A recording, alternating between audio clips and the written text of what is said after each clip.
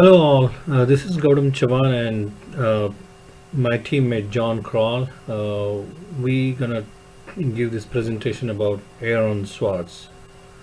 Uh, we all heard about him. He was the software developer and also sometimes known as Internet's own boy.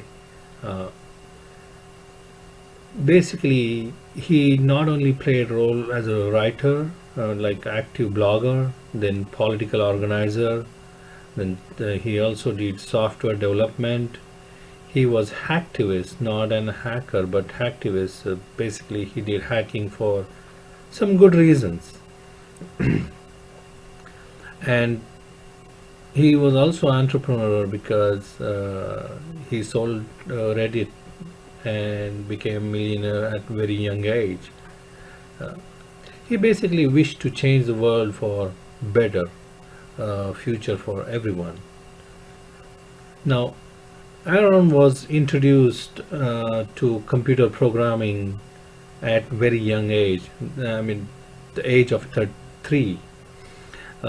Soon he understood the power of programming. He strongly believed that the computer programming is like magic, that one can accomplish things with programming which normal human cannot do. This magic uh, really inspired him in many ways for his new creations and how he can change the future. This magic man soon became very expert and built his own website called info.org, a similar version of today's Wikipedia, where everyone could go onto this website, add information, edit information, and the things like that.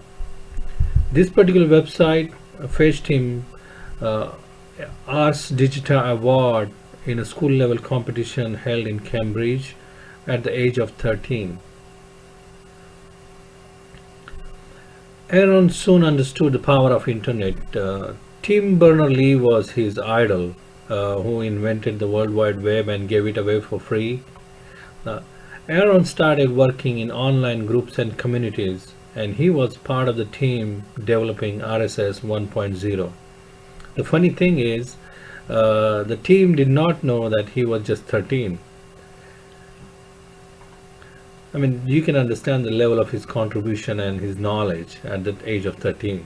Uh, by the age of 15, Aaron also worked in W3C to write standards for RFC 3870. Uh, right from school, Aaron questioned uh, everything, and he basically refused to follow the laid out path. Uh, he knew the information so widely available, but still was in shackles of some gatekeepers, and that always triggered his fighting instincts. Wonder that is why he developed the info.org website so that the information could be within the reach of all common people.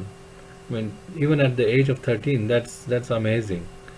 Uh, his programming creation still lives on with the social media web portal called Reddit and the WebPy, a web application framework with Python he wrote, which is also the framework for Reddit website.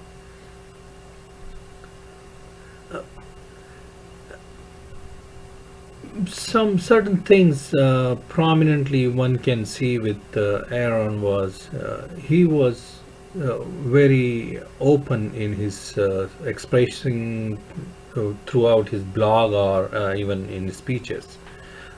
He was a candid blogger. He always expressed that he wanted to work uh, to make the world a better future and better place by contributing to the field of education and entertainment with the freedom of information. One prominent case, as I recall, was with the Pacer about the code document uh, for public usage. This was, even though it was public document library, it wasn't for free. And Aaron, who met with the other people, he basically started a parallel download of this library, and to name it was like 20 million pages in a day. And this basically uh, caused some turmoil, and he came on the radar of FBI. But at the same time, with the spacer document download, the, the rules were and the laws were changed, and it truly became a public access library. Wonder how he got the idea of this project also for the open library, where he thought the information should be available to all, and that would be a true freedom of information. Aaron understood and that internet truly advocates the freedom of speech, uh, and everyone can have their own channel, like this YouTube channel we are talking on. This belongs to us.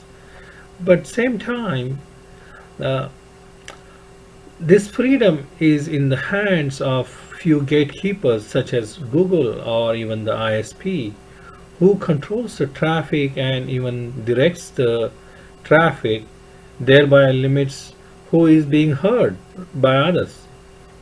Aaron understood the freedom can only be brought by political changes in rules and regulation. Hence, he became active in active in political movements and to bring about this changes what he wished for. Uh, Now I will pass on to my colleague John Kroll, and you will hear from him about the political movements and the other stuff, good stuff. Thank you. Hello everyone, I am John Crow, and I am the other part of this conversation, actually discussion on this, I think it is an assignment actually, yeah, assignment for Aaron. Wonderful guy, he is definitely, should have the name, the son of the internet boy. um, First off, I just want to show my face a bit, then I go right to the PowerPoint. Still talking? No prob. Alright then. Yes. Alright, the one I was gonna talk about is political movements. It's the pros of being in these kind of movements and the cons of being in these movements as well. Aaron did a lot of things. He stole information. He actually hacked a lot of things, all for the freedom of information. I mean, that's what the internet is for, and trying to stop the injustice bill that would create more problems for the internet. And for everyone else. I mean, everyone uses the computers for almost anything, especially the internet, and the government is trying to put some lot of restriction, like in the POPA or something like that, you know? And it's not right. You're also trying to stop the internet from having no copyright and prevents more problems for the internet. I mean, the government is in fear of the internet, and just that Aaron just don't believe that. I believe it's like a magic wand, like the show says. It's something that we can create and something we can actually protect. That's why we are doing network security and software and database security, all kinds of security, just so we can actually enjoy ourselves in the internet. We play games, we do a lot of work, that's for sure, schoolwork or actual work itself. So I think that his political movement is trying to keep the internet free for everyone, information free for everyone, and don't let no one take away what we need to actually advance human society. I mean, the government doesn't really know very much about the internet or how to spread information that can actually save people than trying to kill it, you know? Uh, I think his political movement is not bad actually. And it's one of the big things in IT as well. Especially if someone was like had like low money or couldn't get to college and they educate their kids through the internet because that's all they have and free information like that, that's perfect. I mean, they can grow up to be a doctor or could be a surgeon or maybe a lawyer or something. Help people, you know? Alright.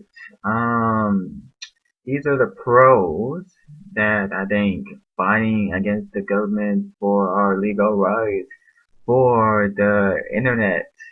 Well, that's what he did anyways. That's for sure.